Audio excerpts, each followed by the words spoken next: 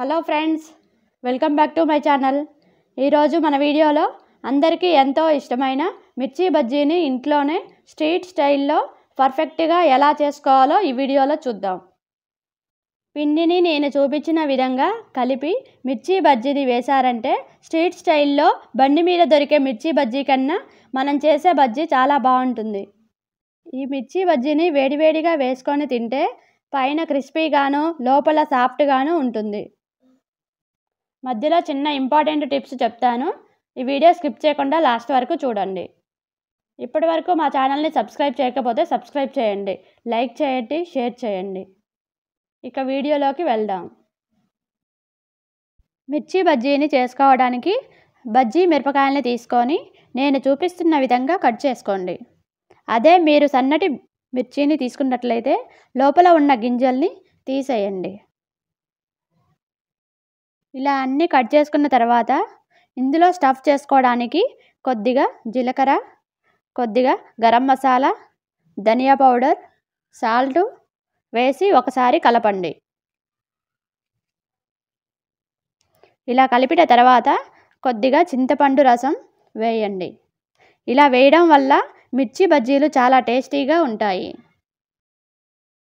చింతపండు రసం వేసి కలపడం వల్ల బజ్జీలు తినేటప్పుడు కొద్దిగా పుల్లగా, కారంగా తినడానికి చాలా టేస్టీగా ఉంటుంది. ఇలా మీరు కట్ చేసుకున్న మిరపకాయలన్నింటినీ లోపల కొద్దిగా నేను చూపిస్తున్న విధంగా చింతపండు రసాన్ని మిర్చి లోపల రాయండి. ఇలా రాసి పక్కకు పెట్టుకోండి. ఇప్పుడు మనం బజ్జీలు వేయడానికి ఒక బౌల్ మరియు జల్లెడ తీసుకొని అందులో శనగపిండిని తీసుకొని జల్లెడ పట్టుకోండి. ఇలా జల్లెడ పట్టడం వల్ల పిండి అనేది ఉండలు లేకుండా మెత్తగా వస్తుంది.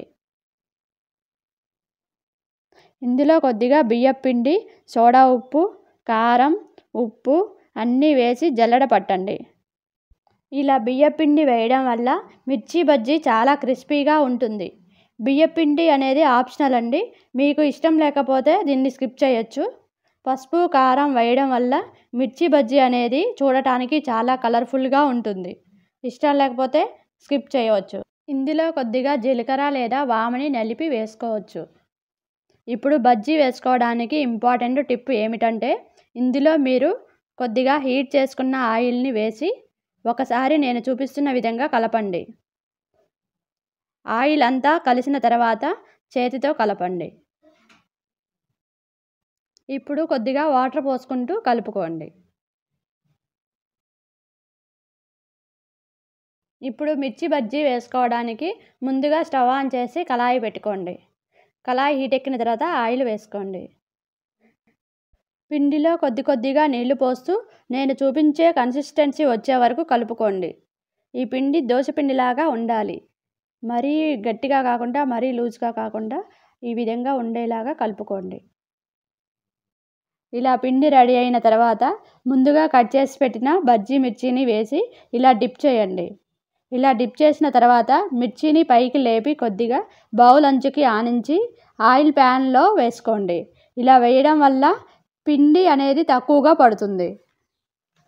ఇలా బజ్జీ మిర్చిని వేసుకునేటప్పుడు స్టవ్ని లో ఫ్లేమ్లో మాత్రమే ఉంచి వేసుకోండి. హై ఫ్లేమ్లో పెట్టినట్లయితే బజ్జీ అనేది పైన మాడిపోయి లోపల అంతా పచ్చిగా ఉంటుంది. బజ్జీ మిర్చి అనేది కొద్దిగా కాలిన తర్వాత తీసి పక్కకు పెట్టి రెండవసారి వేసి ఫ్రై చేయడం వల్ల మిర్చి అనేది చాలా క్రిస్పీగా ఉంటుంది, త్వరగా మెత్తబడదు. ఇంతే అండి, బజ్జీ మిర్చి రెడీ అయింది. మీరు కూడా ఒకసారి ట్రై చేసి ఎలా ఉందో కామెంట్ బాక్స్లో కామెంట్ చేయండి.